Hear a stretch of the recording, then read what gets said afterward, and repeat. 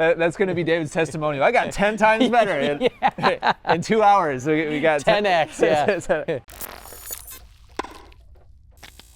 yeah. We're going to start off with, we're going to look at a lot. We're going to prioritize based on what we think is going to make the biggest impact for you the fastest. I feel like if we just took all your technique and like your strokes, froze them, and upgraded your footwork, then you'd already be able to play at a 4.0 level. Yeah. Rafa's doing some training with his coach over on the other side, and he's just hitting backhands right now. And so he's moving back and forth, hitting backhands, going back to the middle. And so he's on his way back from hitting a backhand right now. And I want you to notice when he starts his split step, which is right here. We know it's his split step because both feet are lifting off the court.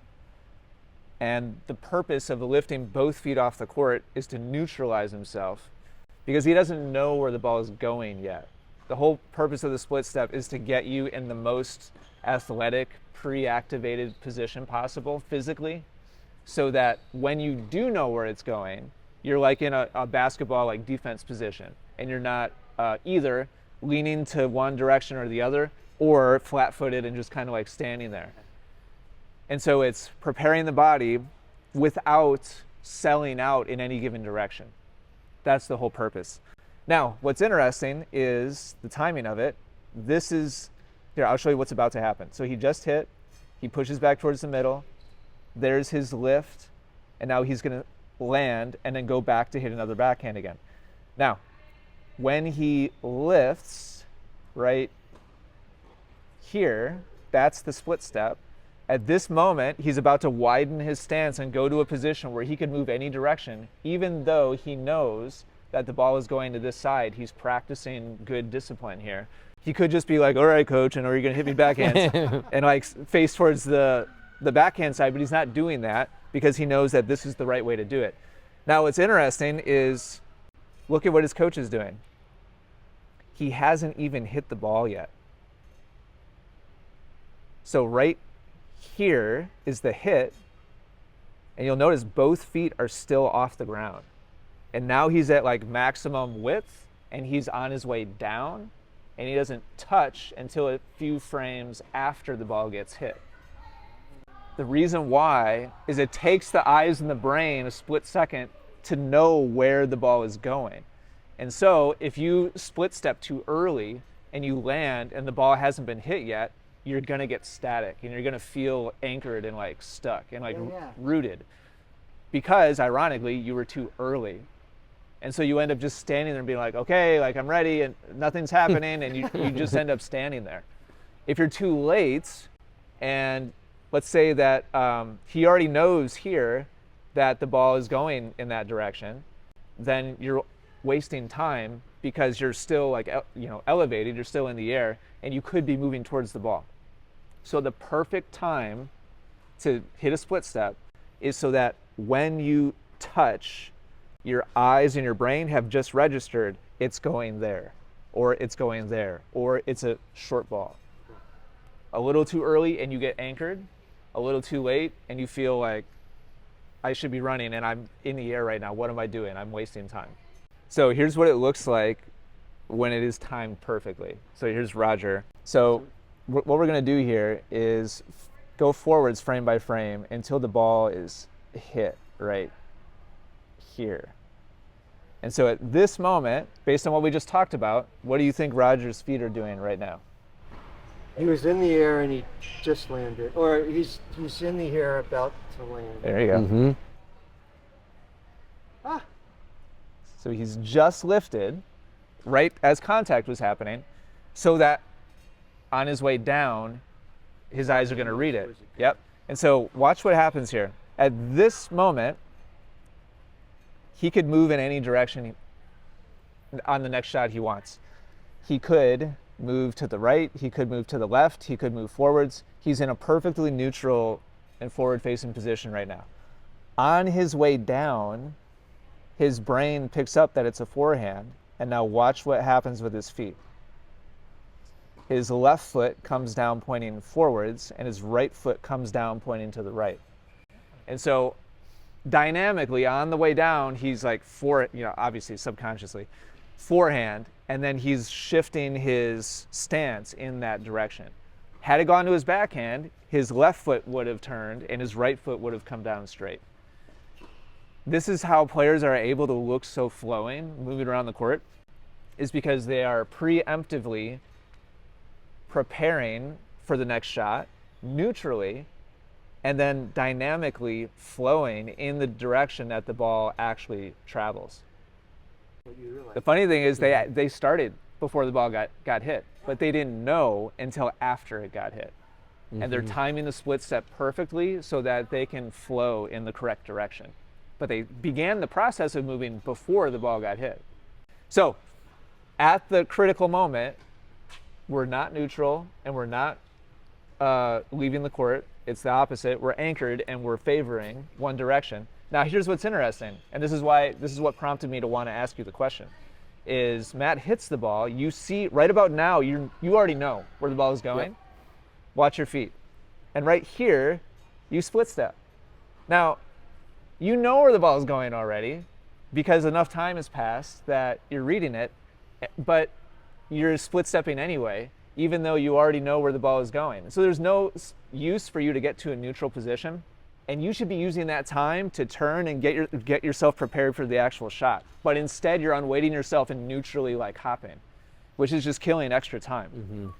And so basically this position right here should have happened.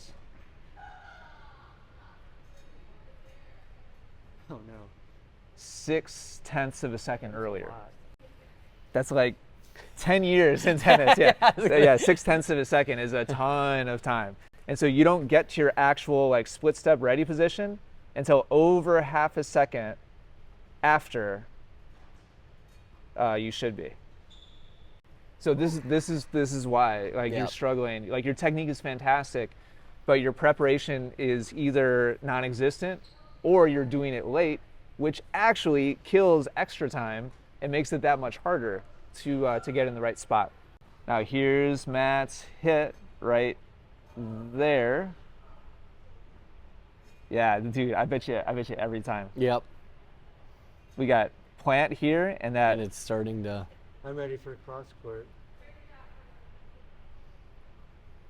Oh god. Oh, I'm still. And I'm almost leaning back on my heels.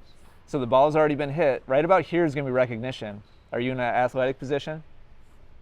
No, not even close. Now here's a bounce. So that's when you read it, and it's like, okay, now it's time to activate the body. And so the difference in time between, so here right there's activation. Activation should have happened right before Matt hit, right about here. There's that 0.6 of a second again. Huh. We're gonna buy you a half a second. You understand how valuable that is in tennis? Right, like the players, they take away your time. We're gonna gift you a half a second, like across your entire game. You're not gonna know what to do with it. It's gonna feel like, you're gonna be like, what should I? So the hallmarks of a good split step in terms of the technique of it are the width and the bounce or the bend, and then also the heels getting off the court. So we want the feet to be more than shoulder width apart, ideally double shoulder width apart. A lot of times you'll see the pros even wider than that, but you're in good shape. You know, you've got like good length to you as well. I think double shoulder width apart is a good like ballpark goal for you. Second part of it is bending the knees and then hinge at the waist. So you want to be kind of sitting back with bending your knees. And then the third part is your weight leaning forwards. So heels off the court and your nose a little bit in front of your feet. Good. So I just want to see you practice starting from shoulder width apart and then landing in that position. Great. Nice. Let's practice it a few times. Good. A little bit more forward posture. No. Yeah, that's right. Neutral. For now. Neutral. This isn't about guessing. It's about preparing.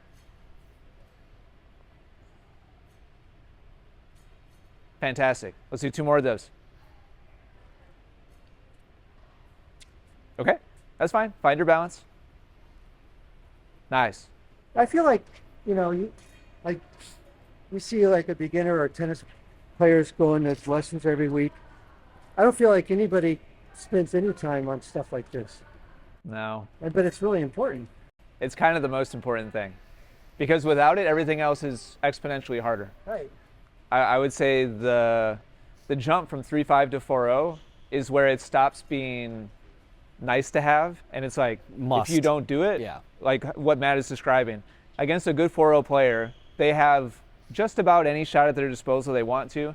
They might not hit it like Serena Williams, but it's like if they want to, they can put it there. If they want to, they can put it over there. And at that point, you can't mess around with poor preparation. Mm-hmm. So our first way to practice this is I'm going to toss the ball in the air. It's going to bounce, and then I'm going to catch the ball. And I just want you to practice syncing your split step movement with when the ball falls in my hand. Just to start getting used to the idea of A, I need to track the timing of an object, and B, I need to start my preparation before the ball gets there so that you're doing something and timing it with when the ball gets to my hand. Does that make sense? So I'm going to toss it, it's going to bounce, and we want your toes to touch as the ball touches my hand. Does that make sense? Oh, after it bounces. Got it. All right, I'm going to do the same thing. So it's like I hit it, it bounces. There we Nice. go. That was really nice. That was a little bit early. Really nice, really nice. Good job. Good job. Let's do. I'm already anticipating. Yeah, you are. There you go. Good. Now, I'm going to do the same thing, but I'm going to tweak it a little bit. And your task is the same. I want you to time the touching of your toes with the touching of the ball in my hand. Okay?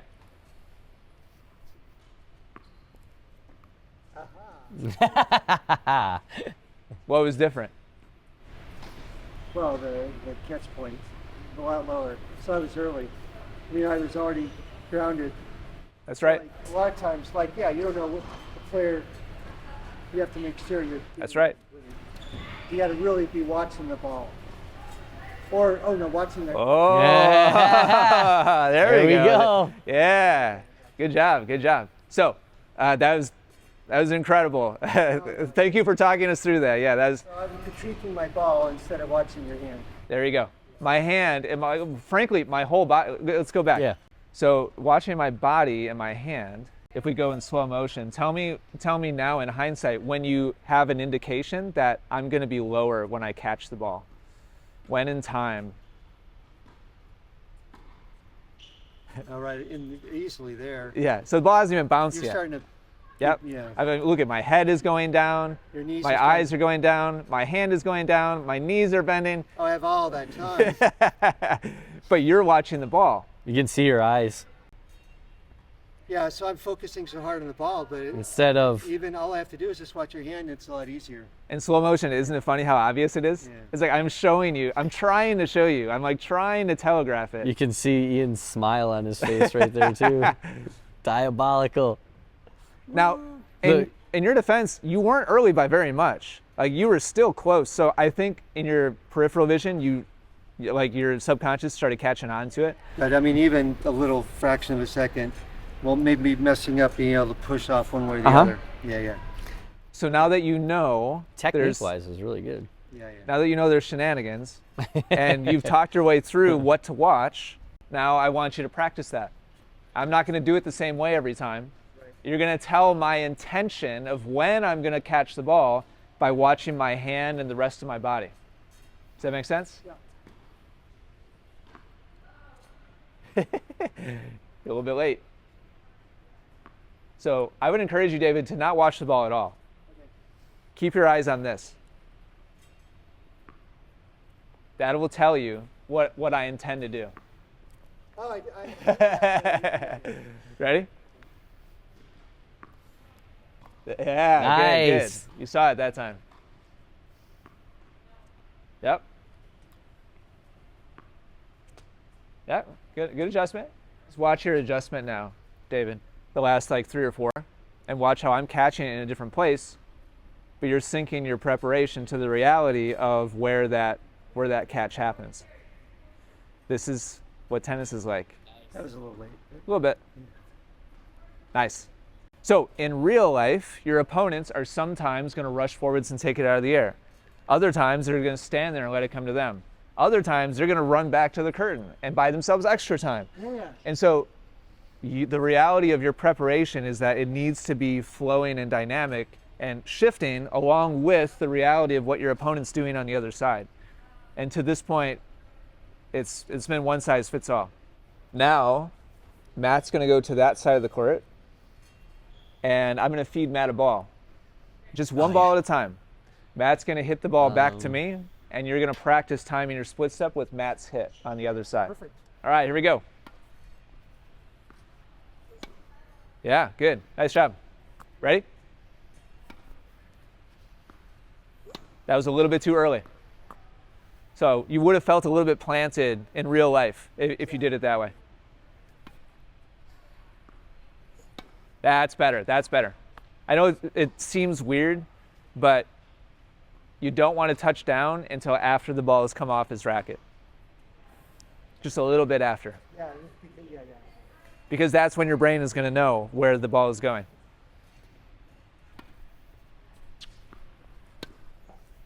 That looked about right. That was nice. How does it feel? Actually, the more I do it, the more natural it feels. Good. I mean, and I've only done it like 10, 20 times. We're going to look at an early one, a late one, and a perfect one, just for instructional purposes. That looks like it might have been early. Yep. I was So already planted. And that's that's like why I always feel I'm anchored, because I'm probably just doing it way too early. exactly. So ironically, you're making your preparation move too soon, and that's why you feel slow. It's because you end up getting too static. So you're touching as Matt's hitting, which means your brain doesn't know yet. At this moment in time, it's impossible to know where the ball is going. And yet, you're already touching down. Now, Matt and I would still gladly take this over what you were doing before. This would still be a massive upgrade, but it's not quite exactly what we're looking for. Now, on the other end of the spectrum, here's one where you were a little bit late. So Matt's hitting and you haven't even lifted yet. Oh, yeah. Which means you're probably going to know where the ball is going right about That's way late. here, and there's nothing you can do about it. Does that make sense? Oh, yeah. So we want to be already in the process of lifting by the time the ball touches the racket on the other side. And so this last one, this is the very last one you did, if I remember correctly, was timed really nicely. So there's your lift. A little bit before he hits, you're already starting to come off the ground. There's the hit. You're at your peak right now. You're not going to know where it is quite yet. And then right about here is probably going to be about when your eyes read where the ball is going, which means you're just starting to touch down right as you know where the ball is going to go. I almost want to turn my foot. That'll be the next, Yeah, it's the next step. It's just like, That's right. Yep.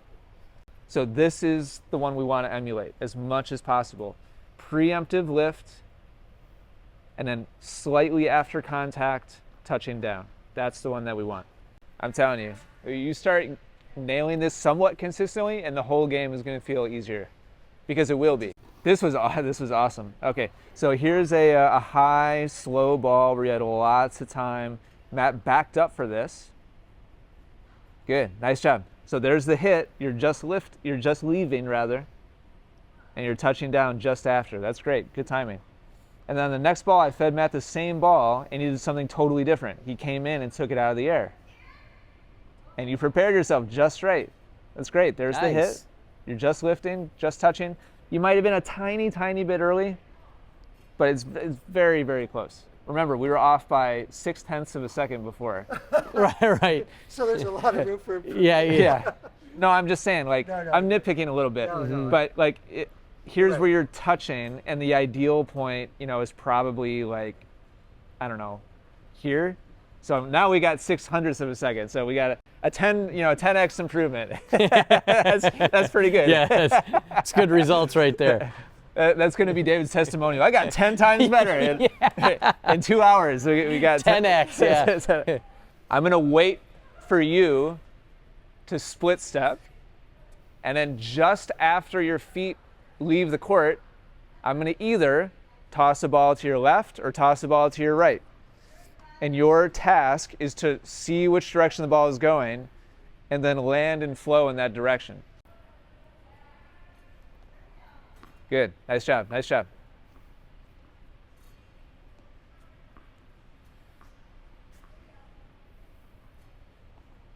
Good. Good.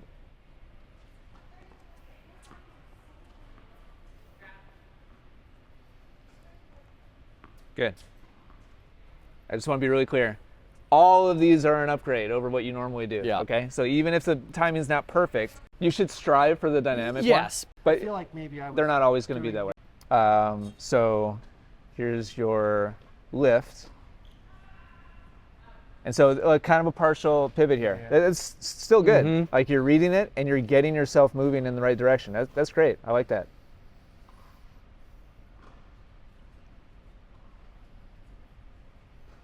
And on this one, you're coming down more neutrally and then having to pick up your left foot and turn it. And so there's kind of a second step that's happening here. You see what I'm talking about? Oh, yeah. We are landing and then you're pivoting the left foot. Oh, yeah. Just to reiterate what Matt just said, that is still 100 times better than what you're doing before. Right. Yeah. Okay? So this is not wrong. But I can build on it and do better. Yes. 100%. Yeah. So watch this one, David. So you're lifting, reading, and then seamlessly turning. Yeah. This So is what Rafa did. That one, that one's good. All right, David. I'm going to feed a ball to Matt. And now he's going to hit a ball that you're going to go get. Here we go. Good, David. Good job. Good job. Oh. Oh. So you got caught guessing there. Did you feel what happened? So you came down and you kind of went back and forth, which means that A, let's check it real quick. A, you were probably early, and then B, you also made a guess. So here comes the shot. You can't put the cart before the horse. No. It's all about patience. So look at, so here you're already lifting and he hasn't even started swinging yet. Oh, yeah. Wait, So wait. you're touching right as he hits, which means you don't know where the ball is going, but you're already starting to hit the court. And then you're saying to yourself, oh, I think it's going this way, but it's not going that way. You started leaning left and Oh my God, it yeah. actually went right. I think I just get so excited. You want to hit the ball, right? Yep. You just got to relax. So A, you started too soon. And then I went the wrong way. B, once you got there before you knew where the ball was going, you just picked a side. And that's double whammy. So ironically, you have to wait longer Yeah. to start your split step. That's better.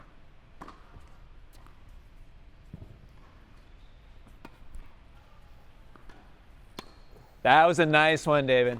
Yeah. Here, check this out. This is probably the best coordinated movement of any shot you've ever hit. Watch this. So there's the lift. You're reading it just about here. I'm already turning. Look at that. Look at that. Oh, yeah. Dude, that's awesome. Super smooth.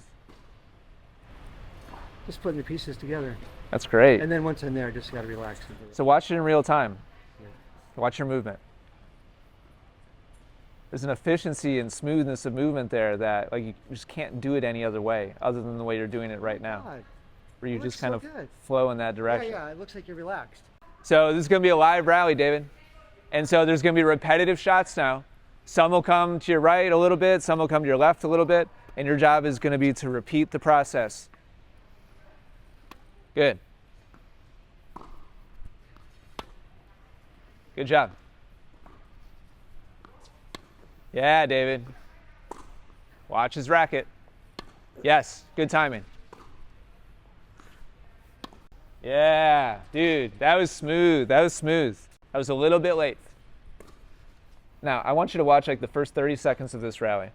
And remember how earlier this morning we spent some time watching players and not the ball? I just want you to watch yourself. So just pretend Matt's not there, even though it's really tempting to watch Matt. And don't watch the ball. I just want you to watch yourself for like 30 seconds here. I just want you to look for general like aesthetic, like tennis player competency. Now, with that picture fresh in your mind, just kind of hold that rally. And now I want you to look. I didn't even have to. I want you to watch yourself now. Don't watch the ball. Don't watch Matt. And just tell me aesthetically,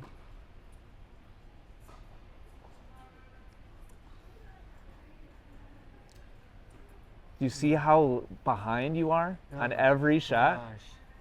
How there's like an observation phase and then an action phase? And there's so much time being wasted. Oh my God. You see how huge the difference is? Dramatic, huh? Wow.